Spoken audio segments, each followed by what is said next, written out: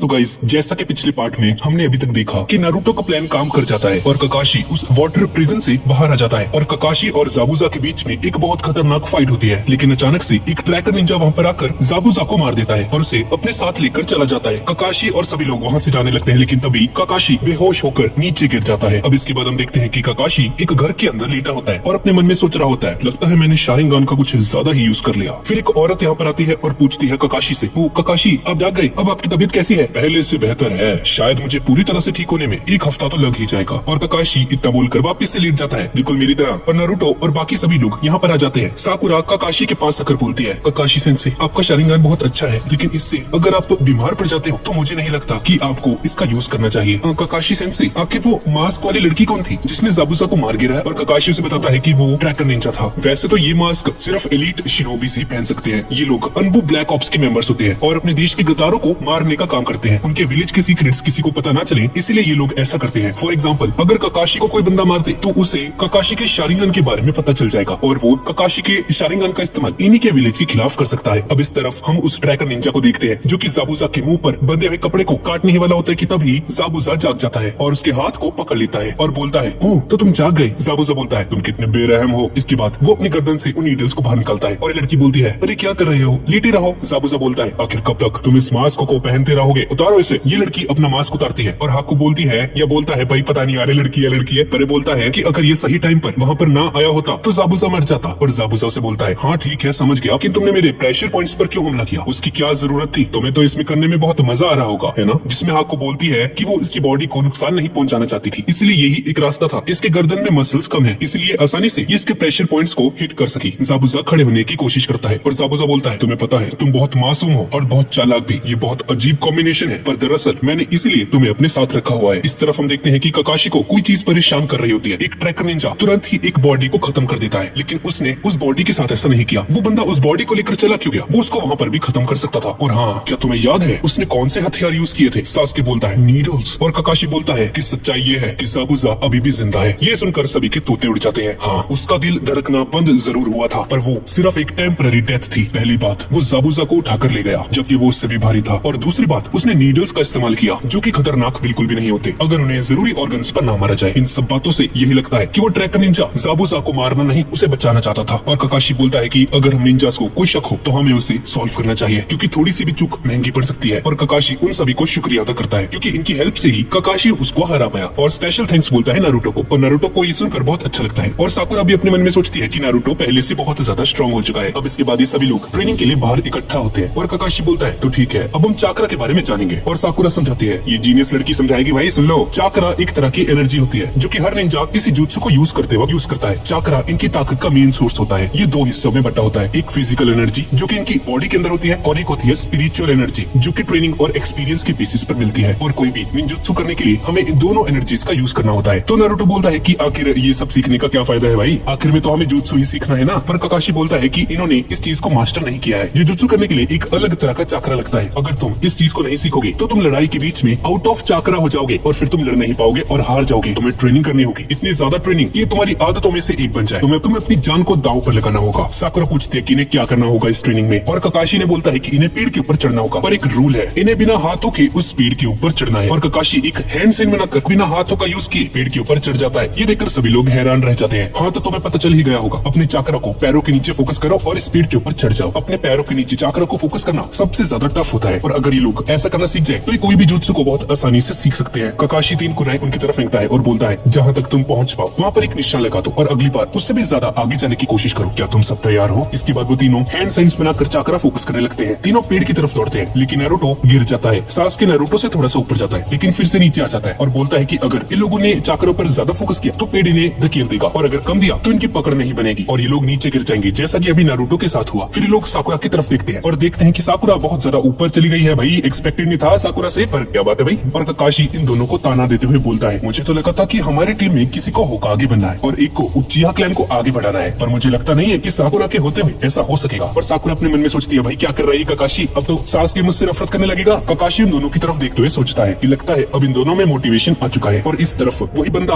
गाटो जाबुजा की नाकामयाबी पर उसे ताने देता है और उसकी तरफ अपना हाथ, लेकिन तभी ये इसका साथी इसका हाथ पकड़ लेता है गाटो का। उसके बॉडीगार्ड्स उसे रोकने के लिए आगे बढ़ते हैं और उसकी रफ्तार को देखकर ये लोग शॉक्ड शॉक्ड रह जाते हैं। इसके बाद गाटो ज़ाबुज़ा को एक दूसरा मौका देता है और वहाँ से चला जाता है। इस तरफ हम देखते हैं कि ट्रेनिंग की वजह से ये तीनों बुरी तरह से थक जाते हैं। नारुतो साकुरा के पास जाकर बोलता है, साकुरा क्या तुम मुझे कुछ टिप्स दे सकती हो प्लीज? लेकिन सासके को मत बताना। ये देखकर सासके हैरान रह जाता है नारुतो की हरकतों पर, और ककाशी भी अपने मन में सोच रहा होता है कि नारुतो बहुत ज्यादा ताकतवर होता जा रहा है। नारुतो के पास बहुत ज्यादा चाकरा है, ककाशी और सासके से भी ज्यादा। अब इस तरफ हम देखते हैं कि ब्रिज कंस्ट्रक्शन का काम चल रहा होता है और साकुरा यहाँ पर बैठी होती है। तभी मास्टर बिल्डर उसके पास आते हैं और बोलते हैं, साकुरा तुम्हारे वो टीममेट्स कहाँ हैं? साकुरा उससे बताती है कि वो लोग पेड़ पर चढ़ने की ट्रेनिंग कर रहे हैं और इसीलिए साकुरा को ककाशी ने इसकी रखवाली करने के लिए यहाँ पर भेज दिया, क्योंकि ये तो पहले ही कंप्लीट कर चुकी है अपनी ट्रेनिंग को। और मास्टर बिल्डर बोलता है, अच्छा मजाक था, बहुत बढ़िया। और साकुरा ये सुनकर थोड़ी सी गुस्सा हो जाती है और इस मास्टर बिल्डर का, मास्टर बिल्डर नहीं बोल रहा भाई मैं, और कमेंटो में लिख रहे थे, मास्टर बिल्डर का एक साथी यहाँ से जाने की बात करता है, क्योंकि वो अपनी जान को दांव पर नहीं लगा सकता था ऐसे रोज रोज। उसे डर लगता है कि गाटो एक दिन आकर इन्हें मार देगा। जब हम लोग ही नहीं रहेंगे तो ये ब्रिज कैसे पूरा होगा? मास्टर बिल्डर को उसकी बातें सुनकर गुस्सा आता है और यहाँ से चला जाता है। इस तरफ हम देखते हैं कि सासके और नारुतो की हालत बहुत ज्यादा खराब हो जाती है। नारुतो बोलता है, भाई क्या ये इतना मुश्किल क्यों है? इसके बाद खड़े होकर ये लोग एक दूसरे की तरफ देखते हैं और वापस पेड़ पर चढ़ने की कोशिश करने लगते। अब इस तरफ मास्टर बिल्डर और साकुरा उस मास्टर बिल्डर की गांव में जाते हैं कुछ सब्जियां वगैरह लेने, पर वो दिखती है कि यहाँ की हालत बहुत ज्यादा खराब होती है। ये लोग एक सब्जियों वाली शॉप पर जाते हैं, पर वहाँ पर सब्जियों के नाम पर कुछ भी नहीं पड़ा होता, बासी पुरानी सब्जियां पड़ी होती है। ये दिखकर साकुरा हैरान रह जाती है और एक बच्चा साकुरा से कुछ खाना मांगने की कोशिश करता है और साकुरा उसे कुछ चॉकलेट्स दे देती है खाने के लिए और बच्चा थैंक यू बोलकर वहाँ से चला जाता है। मास्टर बिल्डर बोलता है कि ये हालत इसके गाँव की उस गाटो की वजह से हुई है। सभी उससे बहुत ज्यादा डरते हैं। यहाँ के लोगों ने उम्मीद खो दी है, बस एक वो ब्रिज ही है जो कि गाटो के अत्याचारों से इनके गांव को बचा सकता है और इन्हें दोबारा से हिम्मत दे सकता है। साकुरा भी अपने मन में सोचती है, सासके, नारुतो, हमें इनकी हेल्प करनी ही होगी। इस तरफ नारुतो और सासके अभी भी ट्रेनिंग में लगे होते हैं। सासके लगातार ट्रेनिंग कर रहा होता है और एक पेड़ पर निशान लगाकर नीचे आ जाता है। नारुतो अपने मन में सोचता है, नहीं, अगर मैं सासके के बारे में सोचता रहूंगा तो मैं कंसंट्रेट कैसे करूंगा? और नारुतो साकुरा की एडवाइस को याद करके अपने चाकरा को अपने पैरों पर फोकस करने लगता है और पेड़ की तरफ चढ़ने लगता है। पर तभी सासके उसे आवाज लगाता है और ये नीचे गिर जाता है और उठकर उस पर चिल्लाने लगता है। सासके उससे उस एडवाइस के बारे में पूछता है जो कि नारुतो ने साकुरा से ली, पर नारुतो उसे बताने से मना कर देता है, मैं तुम्हें नहीं बताऊंगा।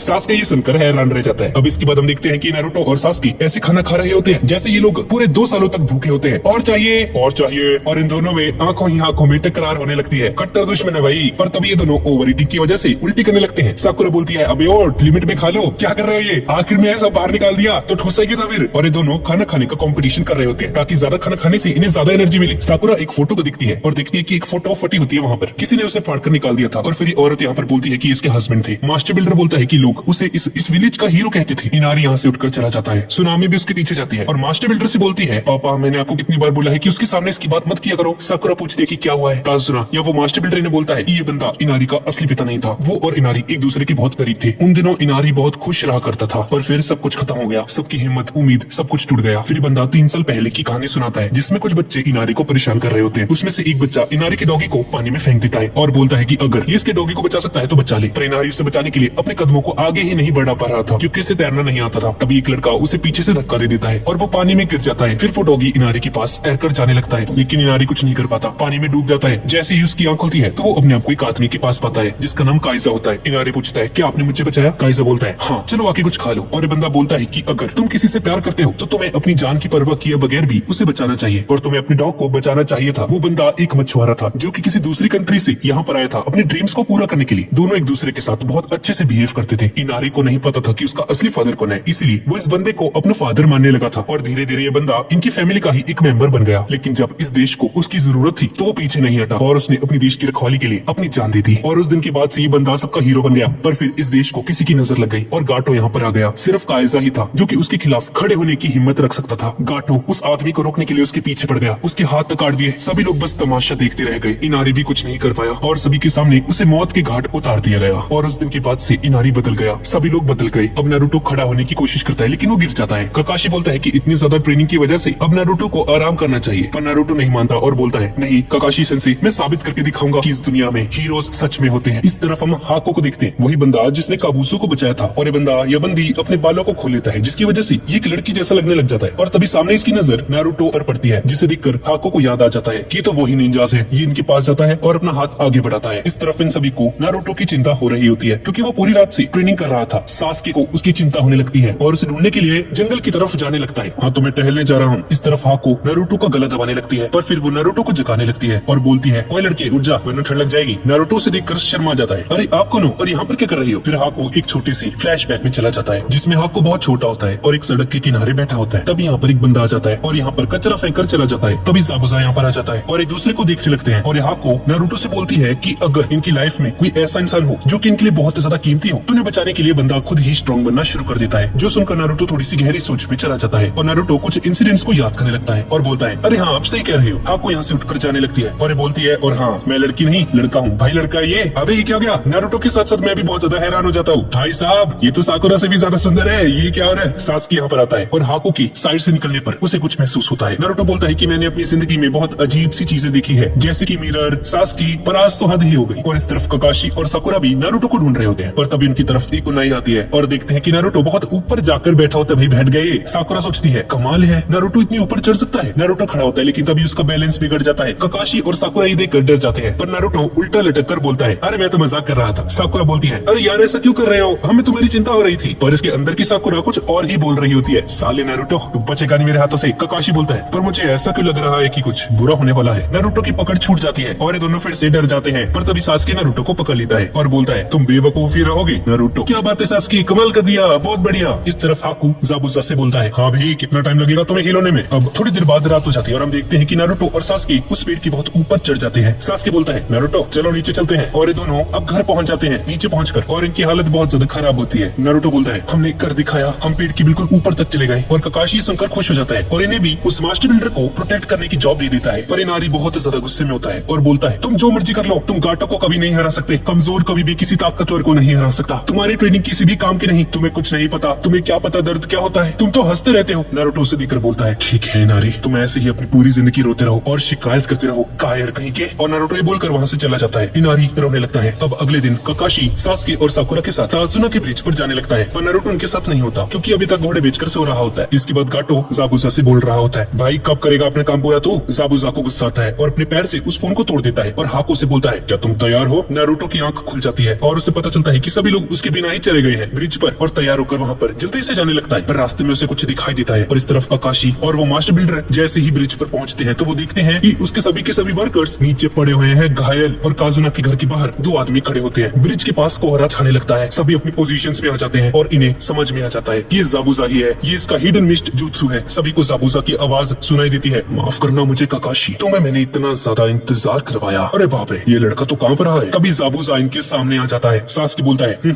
मैं डर के मारे नहीं एक्साइटमेंट के मारे कांप रहा था। ककाशी बोलता है आगे बढ़ो सास्की। और सास्की उसके सारे के सारे क्लोन्स को काट देता है और असली ज़ाबुज़ा और हाको उनके सामने आ जाते हैं। और ज़ाबुज़ा बोलता है ये बच्चा तो काफी स्ट्रॉन्ग हो चुका है हाको, इसे तुम्हें ही देखना होगा। अब इसके बाद हम देखते हैं कि ज़ाबुज़ा बहुत तेजी से घूमते घूमते सास्की की तरफ आता है और दूसरी तरफ गाटो के आदमी मास्टर बिल्डर के घर पर घुस जाते हैं। इनारी वॉशरूम के अंदर होता है और बाहर से अपनी मॉम की चीख सुनता है। वो फटाफट वॉशरूम से बाहर आता है और देखता है कि गाटो के आदमी ने उसकी मॉम को बंदी बना लिया है। गाटो के आदमी इनारी को देखकर उसे मारने के लिए आगे बढ़ते हैं पर तभी इनारी की मॉम उन्हें कहती है कि इनारी को छोड़ दो, इसमें उसकी कोई भी गलती नहीं है और इसके बदले वो कुछ भी करने को तैयार है। ये सुनकर गाटो के आदमी खुश हो जाते हैं और उसे लेकर अपने साथ लेकर जाने लगते हैं। इनारी जोर जोर से रो रहा होता है। इसके बाद उसे नारुतो की बात याद आती है। नारुतो ने इनारी को बोला था कि वो बस सारी जिंदगी रोता ही रहेगा, वो बस एक कायर है। और फिर उसे अपने फादर की कही हुई बात याद आती है। उसके डैड ने एक बार उसे कहा था कि अगर उसे सच में किसी की परवाह है तो उसे उससे प्रोटेक्ट करना चाहिए, चाहे उसे उसके लिए अपनी जान ही क्यों न देनी पड़े। इनारी मोटिवेट हो जाता है। गाटो के आदमियों की तरफ गुस्से से बढ़ता है आगे। उसके मॉम उसे वापस जाने के लिए बोलती है पर इनारी नहीं रुकता। गाटो के आदमी बोलते हैं कि इस बार वो उसे नहीं छोड़ेंगे और अपनी तलवार को बाहर निकालकर उसे मारने के लिए आगे बढ़ते हैं। और ये देखकर इनारी की मॉम बेहोश हो जाती है। हाकू सास्की के ऊपर नीडल अटैक करता है। सास्की उसे कुनाई से ब्लॉक करता है। इनके चारों तरफ पानी होता है और सास्की का एक ही हाथ अभी फ्री होता है। तो देखा जाए तो हाको एडवांटेज में होता है। हाको अपने सिर्फ एक हैंड का यूज करके ही अलग अलग तरह के हैंड साइंस बनाने लगता है। सास्की और ककाशी देखकर दंग रह जाते हैं। हाकू हैंड साइंस बनाने के बाद बोलता है secret jutsu 1000 needles of death और चारों तरफ से फर्श पर गिरा हुआ पानी ऊपर आसमान की तरफ जाने लगता है और ढेर सारी पानी की बनी हुई मगर तीखी नीडल्स में कन्वर्ट हो जाता है। सारी की सारी नीडल्स सीधा सास्की की तरफ आ रही होती है। और इस तरफ हम देखते हैं कि जिसने गाटो के आदमी को मारा होता है वो इनारी नहीं बल्कि एक लकड़ी का ब्लॉक होता है। इनारी की मॉम भी यहाँ से गायब होती है। नारुतो ने इन्हें बचा लिया था। इनारी उससे पूछता है कि उसे कैसे पता कि यहाँ पर गाटो के आदमी आ रखे हैं। नारुतो ने बताता है कि जंगल में जाते वक्त एक जानवर घायल पड़ा था और पेड़ों पर कुछ कुनहाइस के निशान थे जो कि इसी तरफ आ रहे थे और नारुतो उन सभी गुंडों को धूल चटा देता है। इस तरफ हम देखते हैं कि सास्की अपने पैरों पर चाकरा को फोकस करके एक बहुत ऊंची छलांग लगाता है और वो नीडल से बाल बाल बचता है और अगले ही पल सास्की हाकू के पीछे होता है, उसे एक जोरदार किक मारता है। ज़ाबुज़ा ये देखकर मन में बोलता है ऐसा नहीं हो सकता, हाकू जितना तेज कोई नहीं है। ककाशी बोलता है इन्हें बच्चा मत समझो, सास्की हमारे विलेज का सबसे यंगेस्ट बेस्ट फाइटर है। साकुरा सबसे शार्प माइंडेड और सबसे एंड में हमारा नंबर 1 हाइपर एक्टिव नकल हेड निंजा नारुतो उजुमाकी। और इस तरफ नारुतो उससे माफी मांग रहा होता है इनारी से और बोलता है कि ये कायर नहीं है बल्कि बहुत ज्यादा बहादुर है। ये सुनकर इनारी रोने लगता है और नारुतो नारुतो ब्रिज की तरफ निकल पड़ता है। इस तरफ हाकू कोई अजीब तरह का जुत्सु एग्जीक्यूट करता है। उसकी पूरी की पूरी बॉडी से बहुत ठंडा चक्रा निकलने लगता है और सास्के के पीछे बर्फ इकट्ठी होना शुरू हो जाती है। देखते ही देखते सास्के की चारों तरफ एक प्रिजन जैसा कुछ बनने लगता है और हाकू पूरी तरह से उन बर्फ के बने हुए क्रिस्टल्स में घुस जाता है। सास्के को हर एक मिरर में हाकू ही नजर आ रहा होता है। ककाशी से बचाने के लिए उस मिरर की तरफ भागता है पर जाबुजा उसे रोक लेता है। हाकू चारों तरफ से सास्के पर हमला करता है और उस पर बहुत सारी नीडल्स फेंकने लगता है। सास्के बहुत ज्यादा घायल होने लग जाता है। साकुरा सास्के की तरफ भागती है उसे बचाने के लिए, एक कुनाई फेंकते हैं उसकी तरफ, पर हाकू मिरर से थोड़ा सा बाहर निकलकर उसे पकड़ लेता है और तभी बाहर से उसे कोई 2 शूरिकेन्स मारता है और हाकू नीचे गिर जाता है। और ये कोई और नहीं बल्कि नारुतो होता है। गाइस वीडियो कैसी लग रही है नीचे कमेंट्स में जरूर बताना और वीडियो को लाइक जरूर कर देना। अब इसके बाद नारुतो अपने शैडो क्लोन्स बनाने लगता है और उससे पहले ही जाबुजा ये देखकर नारुतो पर शूरिकेन्स फेंक देता है। नारुतो एकदम से पजल हो जाता है और इससे पहले कि वो शूरिकेन्स नारुतो को लगते, हाकू अपनी नीडल्स को उन शूरिकेन के ऊपर फेंककर नारुतो को बचा लेता है। हाकू जाबुजा से बोलता है कि वो उससे अपने तरीके से फाइट करेगा, तुम इसमें बीच में मत आओ प्लीज। इसके बाद हाकू नारुतो से बातें करने लगता है और मौके का फायदा उठाकर सास्के हाकू पर नीडल्स फेंक देता है, पर हाकू बहुत इजीली उसे डॉज कर देता है जैसे कि उसके लिए कुछ होता ही नहीं है। ये हाकू फिर से आइस मिरर में चला जाता है और सास्के पर बहुत सारी नीडल्स फेंकता है। किसी को भी पता नहीं चल रहा होता इन सभी मिरर्स में से किसी एक मिरर में असली वाला हाकू है, बाकी सभी बस रिफ्लेक्शंस है। पर आखिर ये चारों तरफ से ऐसी नीडल्स को फेंक पा रहा है। सास्के सोचता है कि अगर अंदर से सास्के और बाहर से नारुतो एक टाइम पर नीडल से हमला करे तो सास्के यहाँ से बाहर निकल पाएगा। और तभी वो नारुतो को देखता है जो कि उसके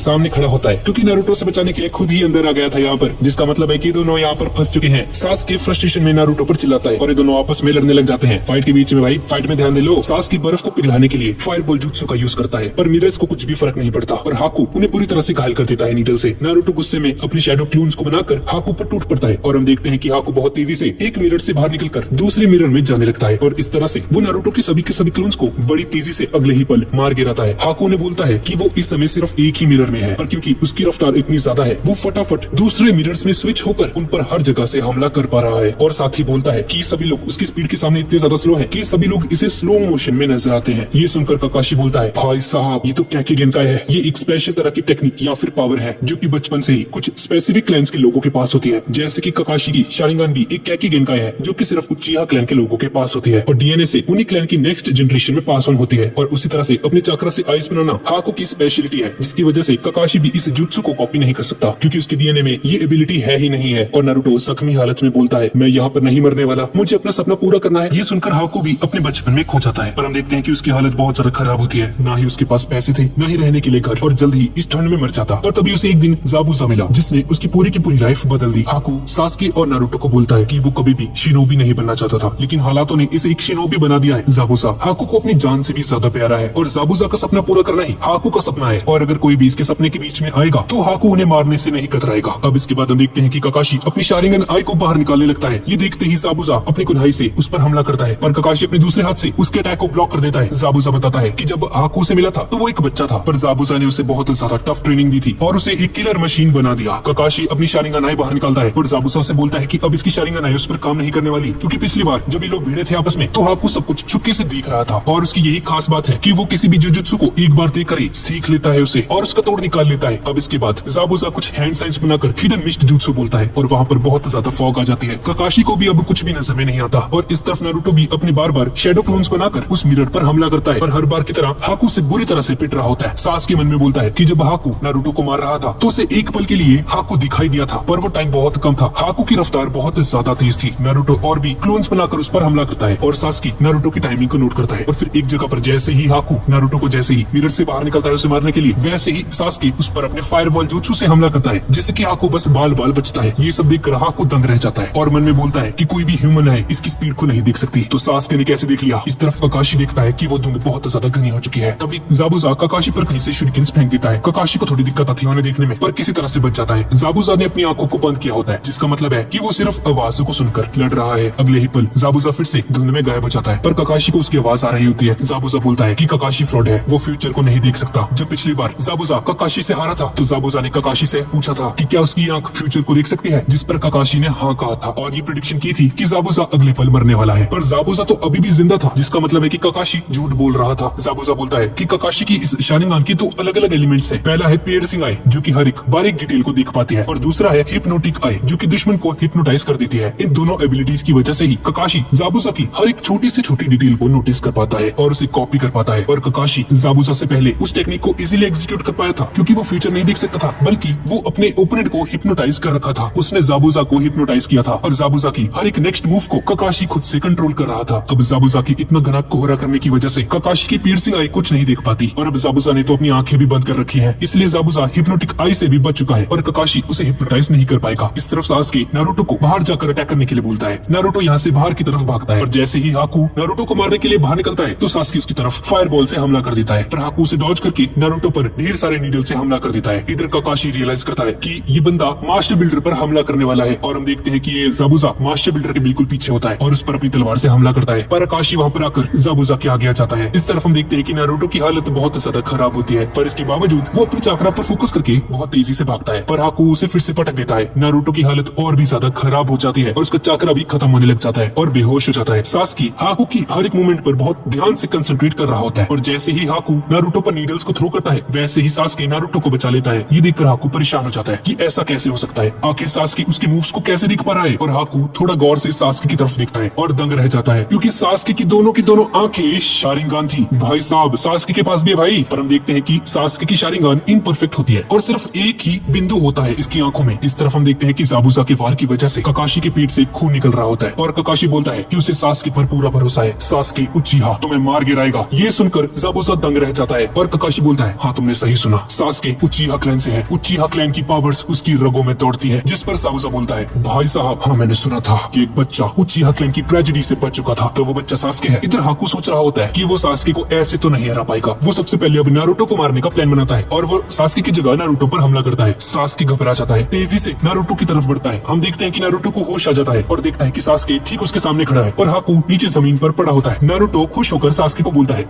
सासुके क्या बात है, तुमने तो कर दिखाया। पर जैसे ही वो सासुके की तरफ देखता है वो देखता है कि सासुके बहुत ज्यादा जख्मी है और उसकी शरीर से खून निकल रहा होता है। नारुतो सासुके से पूछता है कि उसने नारुतो के लिए ये सब क्यों किया, जिस पर सासुके बोलता है मुझे नहीं पता और नीचे गिर जाता है। सासुके बहुत ज्यादा घायल हो जाता है और अपनी आखिरी सांसें गिन रहा होता है और नारुतो को बोलता है नारुतो अपना सपना पूरा किया बगैर मत वरना मुझे तुमसे नफरत है, और नारुतो की बाहों में अपना दम तोड़ देता है और सासुके की मौत हो जाती है। इस तरफ हाकू वापस से उठता है और अपने मन में बोलता है अपने लव्ड वंस को बचाने के लिए इसके अंदर इतनी ज्यादा ताकत आ गई। उसे पता था कि एक जाल है लेकिन फिर भी उसने अपने दोस्त को बचाने के लिए अपने आप को कुर्बान कर दिया। सासुके तुम एक ट्रू निंजा थे और वापस मिरर में चला जाता है। अब थोड़ी देर तक सब कुछ शांत हो जाता है, पर ये सब तूफान के आने से पहले की शांति थी। हाकू देखता है कि नारुतो की पूरी बॉडी से एक बहुत बड़ा सा चाकरा निकल रहा होता है रेड कलर का। नारुतो गुस्से से बहुत ज्यादा कांप रहा होता है, उसकी आंखें एकदम लाल हो जाती हैं। हाकू अपने मन में बोलता है ये कैसा चाकरा है, चाकरा को तो देख ही नहीं सकते पर ये तो पूरा का पूरा नजर आ रहा है। हाकू बोलता है मैं इसमें खून की प्यास को महसूस कर पा रहा हूँ। नारुतो के जख्म अपने आप भरने लग जाते हैं और उसके नाखून और दांत भी बड़े होने लग जाते हैं। नारुतो की चाकरा से सब कुछ हिलने लग जाता है, यहाँ तक कि ककाशी भी उसके चाकरा को महसूस कर पा रहा था। सभी लोग उसके चाकरा को देखकर दंग रह जाते हैं। ककाशी डरते हुए मन में सोचता है ये चाकरा तो कुछ जाना पहचाना लग रहा है, और तभी ककाशी को उसी 9 टेल्ड वाले फॉक्स का इंसिडेंट याद आता है। ककाशी बुरी तरह से घबरा जाता है कि कहीं नारुतो की सील तो ब्रेक नहीं हो गई। अबे ये क्या बोल दिया भाई।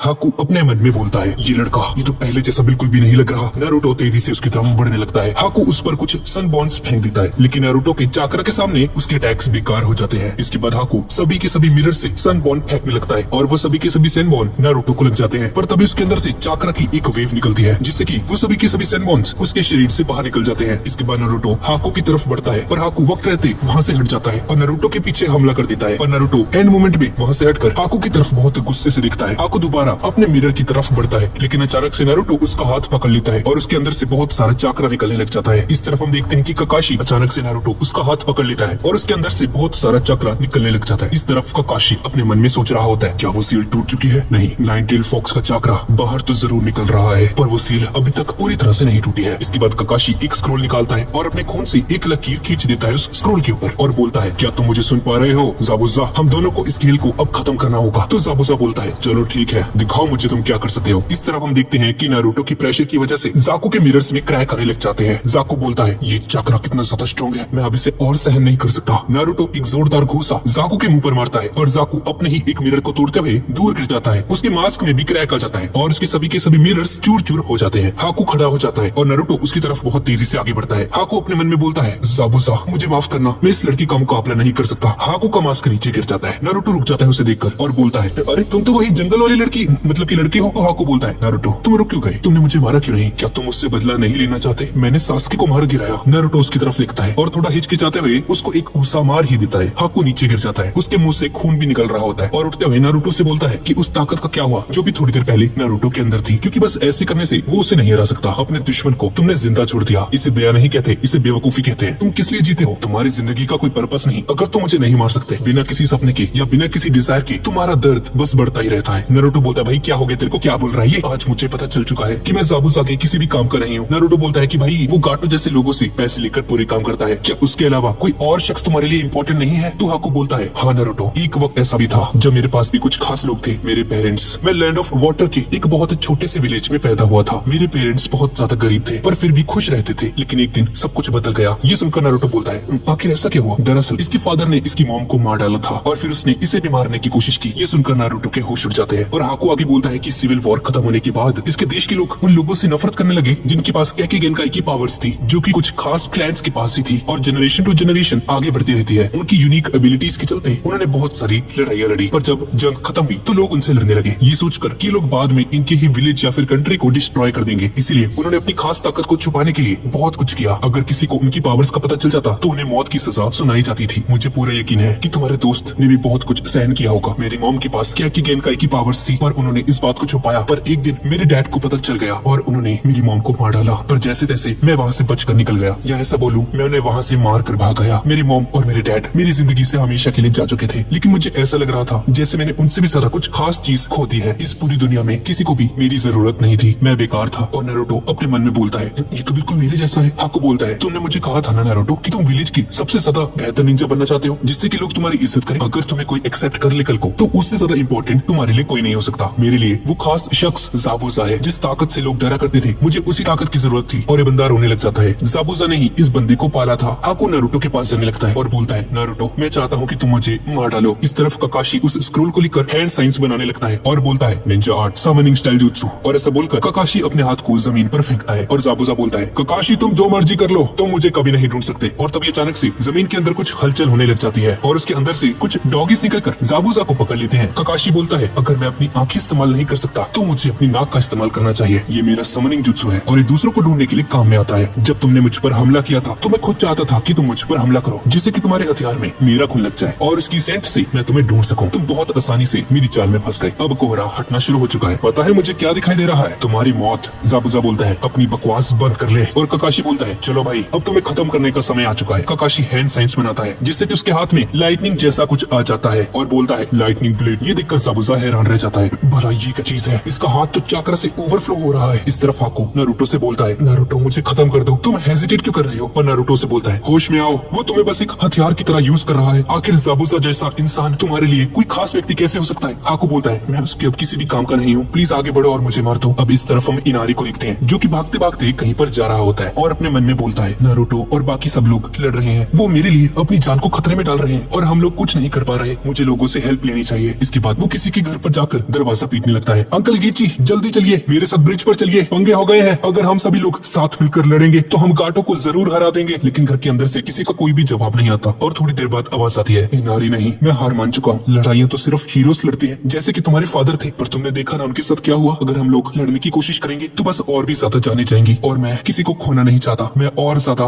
लॉस बर्दाश्त नहीं कर सकता। इनारी बोलता है तुम एक नंबर के कायर हो, हमें लड़ना होगा। मैं अपनी पूरी की पूरी जिंदगी एक कायर की तरह जिया हूँ, मैं समझ चुका हूँ कि रोने से और छुपने से कुछ नहीं होगा। इनारी वहाँ से चला जाता है सब बोलकर और दरवाजे की इस तरफ इसके अंकल अपने माइंड और अपने हार्ट के बीच में एक फाइट लड़ रहे होते हैं और उसकी वाइफ बोलती है इनारी तो बच्चे से मर्द बन चुका है पर तुम नहीं बन पाए, क्या तुम उसे वहाँ पर ऐसे ही अकेले जाने दे सकते हो? इसके बाद इनारी सभी घरों में जाता है, सभी को ब्रिज के पास चलने के लिए बोलता है पर कोई भी बंदा अपना दरवाजा तक नहीं खोलता। इस तरफ हाकू हाथ धोकर नारुतो के पीछे पड़ा होता है कि भाई मार दे मुझे मार दे, भाई खुद मर ले यार, इतना क्या। और नारुतो उसकी हरकतों से परेशान होकर एक कन्हाई लेकर उसकी तरफ बढ़ता है और हाकू अपने मन में शुक्रिया बोलता है। इस तरफ हम देखते हैं कि ककाशी तेजी से ज़ाबुज़ा की तरफ बढ़ने लगता है। हाकू को कुछ फील होता है और तुरंत नारुतो का हाथ पकड़कर उसे रोक देता है और बोलता है मुझे माफ करना नारुतो, पर प्लान में थोड़ा चेंज आ चुका है। हाकू कुछ हैंड साइंस बनाने लगता है और वहाँ से गायब हो जाता है। इस तरफ ककाशी ज़ाबुज़ा के बहुत करीब पहुंच जाता है और ज़ाबुज़ा बोलता है क्या मैं मरने वाला हूँ? पर एन मोमेंट पर ज़ाबुज़ा के सामने हाकू यहाँ पर आ जाता है और ककाशी का हाथ उसके दिल के आर पार हो जाता है। ये देखकर ज़ाबुज़ा भी हैरान रह जाता है। हाकू का बहुत ज्यादा खून बहने लगता है। हाकू ककाशी का हाथ पकड़ लेता है और इस तरफ सुनामी इनारी से बोलती है नहीं तुम वहाँ पर नहीं जाओगे, पर इनारी उसकी मॉम की बात नहीं सुनता और जाते जाते बोलता है आप मेरी चिंता मत कीजिए, मुझे पता है कि कैसे लड़ना है, मैं अपने डैड का बेटा हूँ। सुनामी ये सुनकर हैरान रह जाती है और उसे काइजा की झलक दिखने लगती है एक सेकंड के लिए। इसके बाद इनारी घर से बाहर निकल जाता है पर तभी उसे अपने घर के बाहर कुछ लोग दिखाई देते हैं जिन्हें देखकर वो हैरान रह जाता है। इस तरफ नारुतो को कुछ लोग दिखाई देते हैं और पास जाकर देखता है कि हाकू ककाशी के सामने आ चुका है और उस अटैक को अपने ऊपर ले लेता है। ज़ाबुज़ा हंसने लग जाता है और बोलता है बहुत बढ़िया हाकू, और ये बोलकर वो अपना हथियार चलाने लगता है। ककाशी अपने मन में बोलता है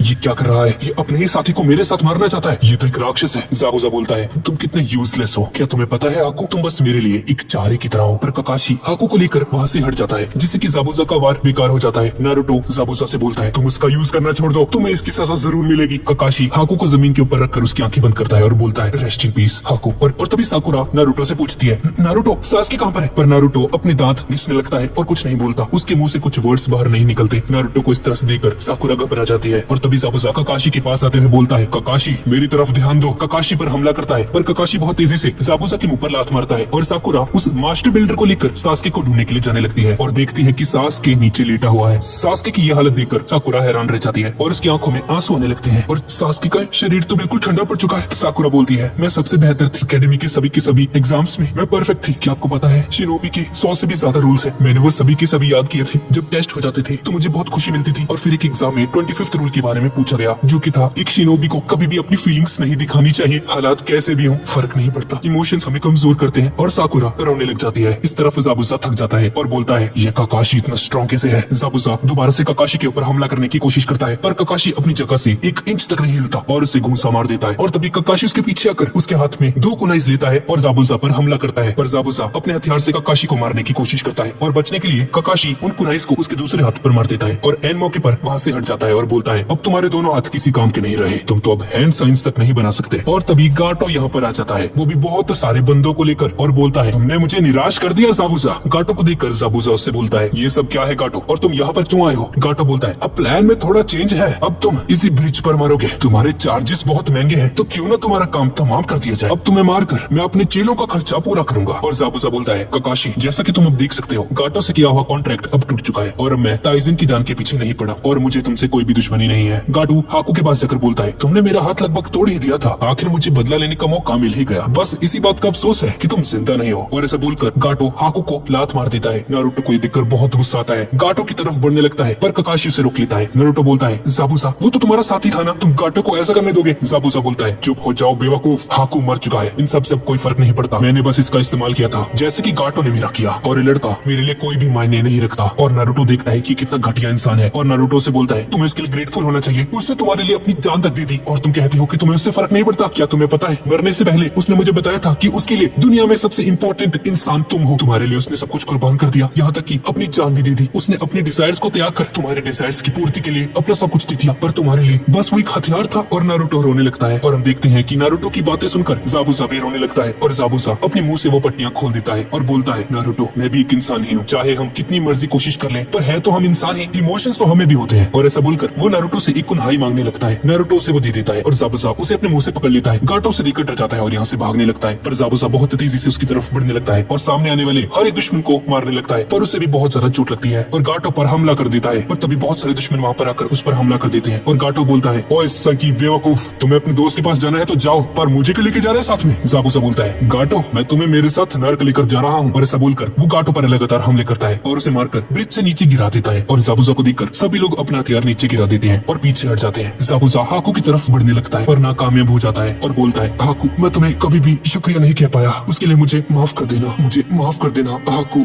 और ऐसा बोलकर ज़ाबुज़ा नीचे गिर जाता है और इस तरफ हम देखते हैं कि सास्के होश में आ जाता है और बोलता है साकुरा मेरे ऊपर से हटो, मैं सांस नहीं ले पा रहा। और साकुरा ये सुनकर बहुत ज्यादा खुश हो जाती है और उसे गले से लगा लेती है। सास्के उठकर बोलता है नारुतो कैसा है और उस मास्क वाले बंदे का क्या हुआ। साकुरा बताती है कि वो मास्क वाला बंदा मर गया। और तभी नारुतो यहाँ पर आ जाता है और सास्के को जिंदा देखकर नारुतो भी रोने लगता है और तभी पीछे मुड़कर हाकू की तरफ देखता है और ज़ाबुज़ा की बात याद करता है कि हाकू बहुत नरम दिल इंसान है, जिसके बाद ककाशी बोलता है चलो बढ़िया हुआ, सास्के भी बिल्कुल सही सलामत है। पर तभी वो डाकू लुटेरे बोलते हैं अभी ये खत्म नहीं हुआ, पंटर लोग इन्हें आज छोड़ेंगे नहीं, काट डालेंगे, मार डालेंगे, चीर डालेंगे। गाटो तो चला गया तो अब हमें पैसे कौन देगा, वैसे भी हम अब खाली हाथ तो जाने नहीं वाले, तो लगता है हमें इस विलेज को ही लूटना पड़ेगा। और तभी वो लुटेरे आगे बढ़ने लगते हैं पर तभी यहाँ पर एक तीर आकर गिरता है और हम देखते हैं कि और कोई नहीं बल्कि इनारे होता है, वो भी अकेले नहीं बल्कि अपने पूरे के पूरे विलेज को लेकर आया होता है। नारुतो ये देखकर खुश हो जाता है और इनारी बोलता है हीरोज हमेशा एंड मौके पर आते हैं। फिर नारुतो शैडो क्लोनजुत्सु का यूज करता है और ककाशी भी शैडो क्लोनजुत्सु का यूज करता है और वो डाकू लुटेरे ये देखकर हैरान रह जाते हैं और भाग जाते हैं दुम दबाकर। ककाशी ज़ाबुज़ा के पास पहुंचता है और ज़ाबुज़ा से बोलता है ककाशी मुझ पर एक एहसान करो, मैं आखिरी बार हाकू का चेहरा देखना चाहता हूँ, मुझे उसके पास ले चलो। ककाशी अपनी आंखों को ढक लेता है और जाबुजा को उठाकर हाको के पास लेकर जाता है। तभी यहाँ पर बर्फ गिरने लगती है। ये देखकर विलेज के लोग भी काफी हैरान हो जाते हैं और जाबुजा हाको से बोलता है, तुम हमेशा मेरे साथ रहे, अभी जितना मैं कर सकता हूँ वो यही है कि तुम्हारे अंत में तुम्हारे साथ रहूं। काश मैं भी वहाँ पर जा पाता जहाँ तुम जा रहे हो, लेकिन मुझे नर्क जाना पड़ेगा। अब इसके बाद टीम 7 मतलब कि नारुतो की टीम वापस अपने विलेज में जाने लगती है और पूरा का पूरा विलेज उन्हें ब्रिज तक छोड़ने आता है। और इनारी नारुतो से बोलता है, नारुतो तुम सच में वापस आओगे ना? और नारुतो भी थोड़ा इमोशनल होकर बोलता है, हाँ मेरे दोस्त, मैं बिल्कुल वापस आऊंगा और तुम रो सकते हो, रोने में कोई बुराई नहीं होती। तो इनारी बोलता है, तो तुम क्यों नहीं रोते हो? नारुतो बोलता है, नहीं, पहले तुम रो के दिखाओ। और इसके बाद इन दोनों की ओवर एक्टिंग शुरू हो जाती है और जबरदस्ती रोने लगती है और साकुरा भी देखकर परेशान हो जाती है। क्या हरकतें हैं भाई, ये कैसे रो रहे हैं, नाक बह रही है इनकी, क्या ये? और एंडिंग में हम लोग देखते हैं कि वो ब्रिज पूरी तरह से बन चुका है और सभी विलेजर्स भी आपस में बहुत शांति से रहने लगते हैं और टीम 7 भी अपने अगले एडवेंचर के लिए निकल पड़ती है।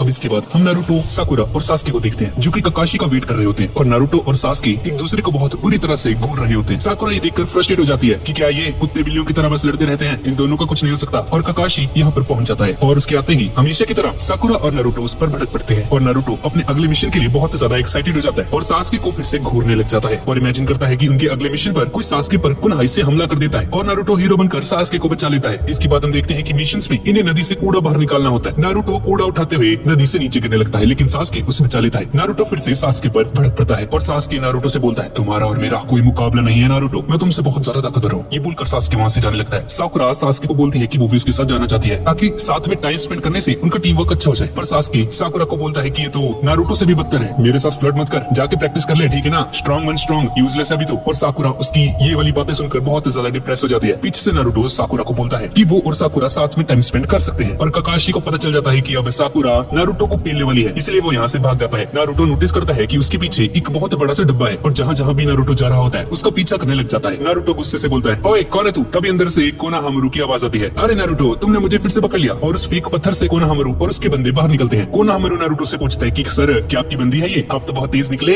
क्या बात है बंदी आपकी? जिस पर नारुतो से बोलता है, हाँ यार बोल सकते हो वैसे तुम, मेरी बंदी है ये, तुझे पता है मेरे पीछे दीवानी है ये। और इसके बाद आपको पता ही है कि आगे क्या हुआ होगा। और साकुरा नारुतो की एक जोरदार पंच मार देती है और कोनोहामारू साकुरा को बोलता है, ऐसे कोई अपने बॉयफ्रेंड को मारता है क्या? तुम तो चुड़ैल जैसी लगती हो, कितनी बदसूरत हो। और कोनोहामारू भी साकुरा द्वारा बहुत बुरी तरह से पिला जाता है। कोनोहामारू नारुतो से बोलता है, भाई मुझे नहीं लगता है कोई इंसान भी है, इसका माथा देखा कितना बड़ा है। जाते जाते साकुरा ये सुन लेती है और उसकी तरफ गुस्से से भाग कर आती है। ये देखकर ये सभी लोग बुरी तरह से डर जाते हैं और अपनी जान बचाकर यहाँ से भागने लगते हैं। और भागते वक्त कोनोहामारू किसी से टकराकर नीचे गिर जाता है और ये सब देखते हैं कि उनके सामने किसी दूसरे विलेज की 2 निंजास खड़ी हैं। उनमें से एक निंजा कोनोहामारू को गले से पकड़ लेता है। जब तक हमारा तीसरा टीममेट यहाँ पर नहीं आ जाता मैं इन चूजों के साथ थोड़ा टाइम पास ही कर लेता हूँ। नारुतो गुस्से से उसे नीचे उतारने के लिए बोलता है उसे, पर वो निंजा कोनोहामारू को नहीं छोड़ता। नारुतो गुस्से से उसकी तरफ भागता है और वो निंजा अपने हाथों की उंगलियों को आगे पीछे हिलाता है और भागते भागते नारुतो को पैर अपने आप ही रुक जाता है और नारुतो नीचे गिर जाता है। नारुतो घबराते हुए बोलता है, ये क्या था? और ये बंदा बोलता है, कितना कमजोर है ये, लगता है इस विलेज में सभी के सभी चूजे बाहर रखे हैं इन्होंने। और तभी इस बंदे के हाथ पर कोई जोर से पत्थर मार देता है और कोनोहामारू नीचे गिर जाता है और हम देखते हैं कि ऊपर पेड़ के ऊपर सास्के बैठा होता है और वो पत्थर सास्के नहीं मारा था। और निंजा अपने पीठ पर जो उसका हथियार होता है उसको बाहर निकालने की कोशिश करता है पर इसकी साथी से मना करती है और तभी किसी की आवाज आती है, बस करो बहुत हुआ। और ये बंदा रुक जाता है। इस बंदे का नाम कानकुरो है और इस खतरनाक से बंदे का नाम गारा है। और हम देखते हैं कि जिस पेड़ के ऊपर सास्के बैठा होता है यहाँ पर एक और बंदा भी होता है और ये बंदा इन दोनों का तीसरा टीममेट होता है। दरअसल इस बंदे का नाम है गारा और ये बहुत ज्यादा खतरनाक है और इसके बारे में हमें आगे के पार्ट्स में पता चलेगा। सास्के भी बहुत हैरानी के साथ अपने मन में बोलता है, ये यहाँ पर कैसे आया? इसने तो कोई आवाज तक नहीं की। इस तरफ थर्ड होकागे सभी जोनिन निंजास के साथ एक मीटिंग ऑर्गेनाइज करते हैं। यहाँ पर ये किसी चोनिन एग्जाम के बारे में बात कर रहे होते हैं। एक्जैक्टली 7 दिन बाद तुम्हारे तीनों गेनिन्स को यहाँ पर बुलाया जाएगा और इनका एक टेस्ट लिया जाएगा और जो सबसे बेस्ट होंगी उन्हें ही अगली रैंक में प्रमोट किया जाएगा जो कि चुनिन है। इस तरफ गारा कांकुरो को कहता है, ये क्या टाइम पास कर रहे हो तुम? क्या तुम भूल गए हम यहाँ पर क्यों आए थे? कांकुरो बोलता है, अरे सर मैं तो बस खेल रहा था इनके साथ। पर गारा बोलता है, चुप करो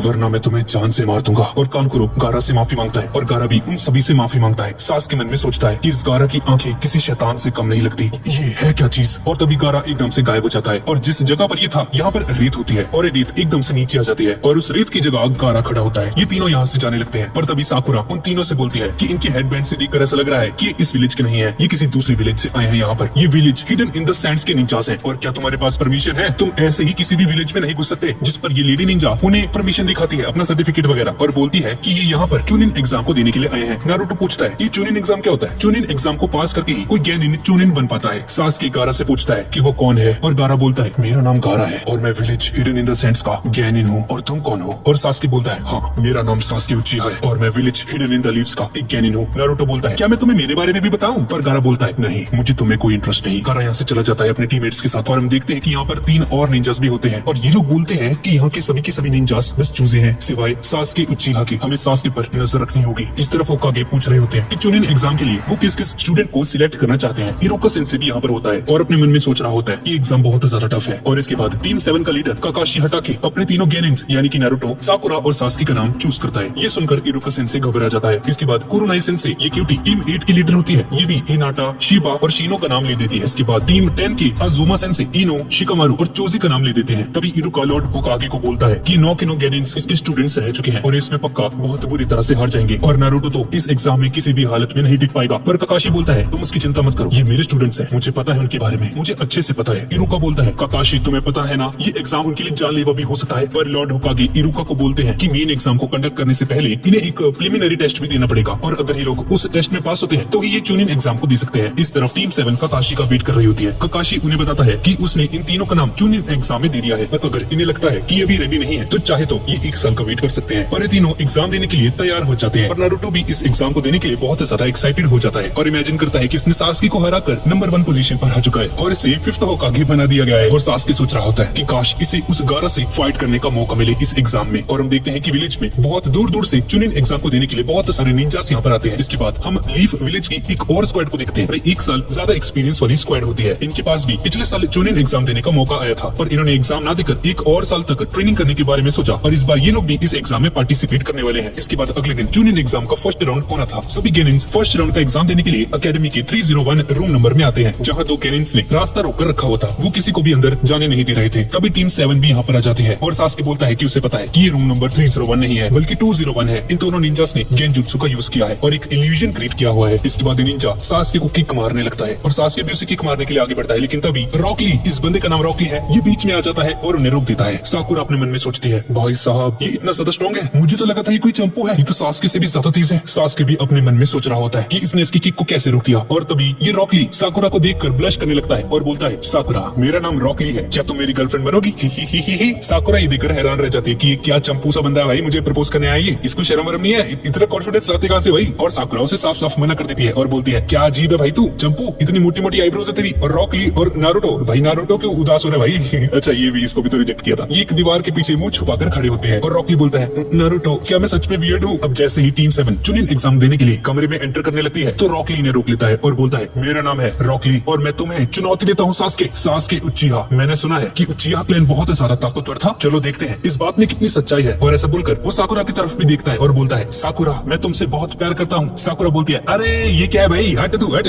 कितना अजीब है ये लड़का। और सास्के बोलता है तुम एक उचिहा क्लैन की ताकत को आजमाना चाहते हो तो फिर तो तुम एक बेवकूफ हो, मेरे क्लैन के बारे में मैं तुम्हें अच्छे से बताता हूँ। रॉकली बोलता है तो आजा फिर, इसका इंतजार कर रहे हो? तभी नारुतो बोलता है सास्के हर कोई सास्के को जानता है, मुझे कोई क्यों नहीं जानता, मैं तुम्हें देखता हूँ, मैं सास्के से ज्यादा ताकतवर हूँ। और नारुतो तेजी से रॉकली की तरफ दौड़ता है। नारुतो उस पर हमला करने के लिए आगे बढ़ता ही है पर रॉकली उसके हमले को डॉज कर देता है। नारुतो ये देखकर हैरान रह जाता है। रॉकली उसके सारे के सारे अटैक्स को डॉज कर देता है और रॉकली सास्के से बोलता है सास्के उचिहा मैं अपनी टीम का सबसे बेहतर खिलाड़ी हूँ, तुम्हें किसका इंतजार है? सास्के भी उस पर हमला करने के लिए आगे बढ़ता है लेकिन ली अचानक से यहाँ से गायब हो जाता है। सास्के के बिल्कुल पीछे आ जाता है और सास्के को एक जोरदार लात मारता है। उसकी अटैक की स्पीड इतनी ज्यादा होती है कि सास्के उसे रोकना तो दूर उसे देख भी नहीं पाता है ठीक से। और रॉकली का किक सास्के की गाल पर लग जाता है और बहुत दूर जाकर गिरता है। सास्के अपने मन में सोचता है कि इसकी ब्लॉक करने के बावजूद भी रॉकली ने इसको कैसे मार दिया, जरूर ये कोई निंजुत्सु या गेंजुत्सु होगा। और वो रॉकली की फाइट को और भी अच्छे से एनालाइज करने के लिए अपनी शारिंगन को एक्टिव कर लेता है। साकुरा ये देखकर इंप्रेस हो जाती है। सास्के उसके जुत्सु को कॉपी करने की कोशिश करता है पर ऐसा नहीं कर पाता और ली दूसरी बार भी उसे एक जोरदार किक मार देता है। और ली बोलता है तो अब तुम्हें पता चल चुका होगा सास्के कि मैं कौन सा जुत्सु यूज करता हूँ, ये कोई निंजुत्सु या गेंजुत्सु नहीं है, ये है ताइजुत्सु, मुझे इसके अलावा और कुछ आता ही नहीं है। भले ही तुम्हारे पास शारिंगन है और तुम मेरे मूव्स को कॉपी भी कर सकते हो पर मेरे ऊपर काम नहीं करेगा, तुम बहुत स्लो हो सास्के, तुम जब तक मुझे कॉपी करने की कोशिश करोगे मैं तुम्हें धूल चटा चुका हूँ। सास्के क्या तुम्हें पता है इस दुनिया में 2 तरह के लोग पैदा होते हैं, एक जो कि तुम्हारे जैसे टैलेंटेड खानदान में पैदा होते हैं और दूसरे जो कि मेरी तरह कड़ी मेहनत करके अपने अंदर टैलेंट को डेवलप करते हैं, अपनी किस्मत को खुद लिखते हैं। सास्के उस पर हमला कर देता है लेकिन ली उसके सारे के सारे हमलों को डॉज करके उस पर फिर से एक किक मार देता है और सास्के जब हवा में होता है ली उसके पीछे आ जाता है और तभी उसकी हाथ की पट्टियां खुलती हैं और अचानक से एक बहुत अजीब सा ये कछुआ यहाँ पर आ जाता है। बहुत हो गया ली, सास्के नीचे गिर जाता है। साकुरा उसे बचा लेती है। नारुतो को अपनी आंखों पर विश्वास नहीं हो रहा होता कि सास्के हार गया और एक कछुआ ली को बोलता है तुम उस टेक्निक को यूज करने जा रहे थे, तुम्हारी इतनी हिम्मत कैसे हुई? और ली बोलता है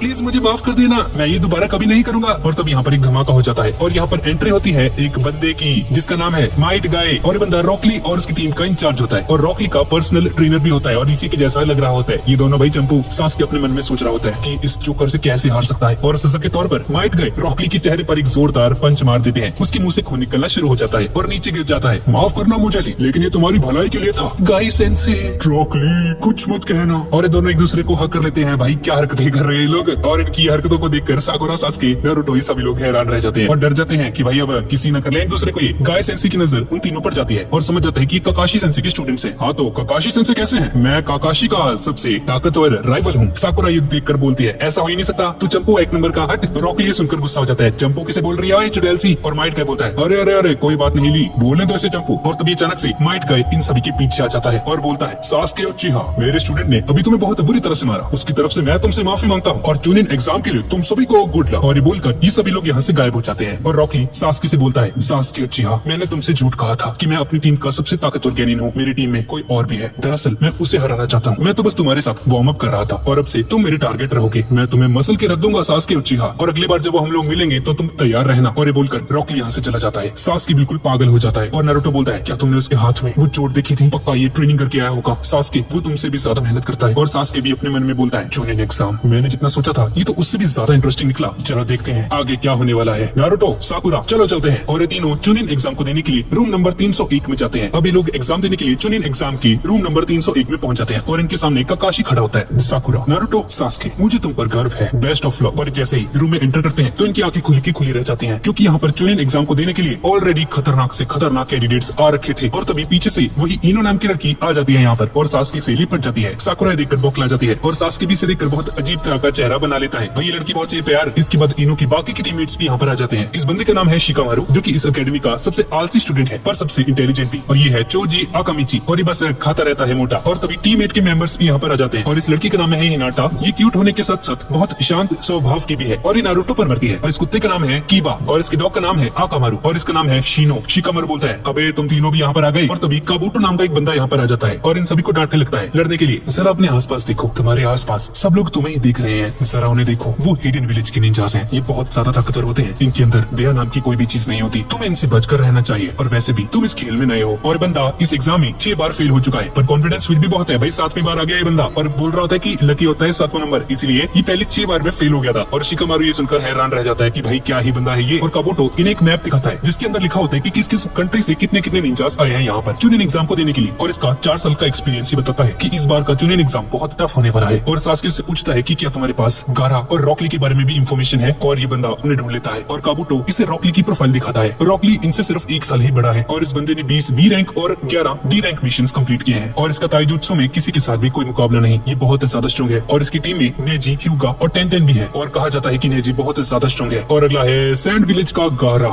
ये क्या, इसने तो 8 सी रैंक और 10 बी रैंक मिशंस कंप्लीट किए हैं। कमाल है, ये गेनिन होने के बावजूद भी बी रैंक तक कंप्लीट कर चुका है। ये तो काफी खतरनाक लगता है। देखने से लगता है कि इस एग्जाम में बहुत अजीबो गरीब लोग आए हैं इस बार। पर सबसे अजीब है साउंड विलेज। काबूटो की बातें सुनकर सारी कुड़ियां घबरा जाती हैं। साकुरा की नजर नारुतो पर पड़ती है और तभी नारुतो चिल्लाकर बोलता है मेरा नाम है नारुतो उजुमाकी और मैं तुम सभी को हराने वाला हूँ। हाँ, अब मुझे बहुत अच्छा महसूस हो रहा है। नारुतो की बातें सुनकर सभी लोग चौंक जाते हैं। तभी यहाँ पर एक बहुत बड़ा धमाका हो जाता है और यहाँ पर बहुत सारे चुनिन और गेनिन आ जाते हैं। और इनमें से एक ही बंदा बोलता है चुनिन एग्जाम को शुरू करने का वक्त आ चुका है और मैं बीके मोरिनो, मैं हूँ तुम्हारा एग्जामिनर और अभी के लिए तुम्हारा सबसे बड़ा दुश्मन है। और इस सीरीज का दूसरा पार्ट यहीं पर खत्म हो जाता है। तो गाइज यही थी आज की वीडियो और आपको वीडियो कैसी लगी प्लीज नीचे कमेंट में मुझे जरूर बताना। और गाइज इसके पहले पार्ट पर आपने इतना तगड़ा रिस्पांस दिया, भाई कमाली कर दी, इतना खतरनाक रिस्पांस किया कि मुझे इसका दूसरा पार्ट बनाना ही पड़ा। और गाइज इसके तीसरे पार्ट के लिए 7 के लाइक्स का टारगेट प्लीज पूरा कर देना। और अगर आपको वीडियो अच्छी लगी तो प्लीज इसे लाइक जरूर कर देना और कमेंट भी जरूर कर देना और चैनल को भी जरूर सब्सक्राइब कर देना। तो ठीक है गाइज और मिलते हैं इसके अगले पार्ट में।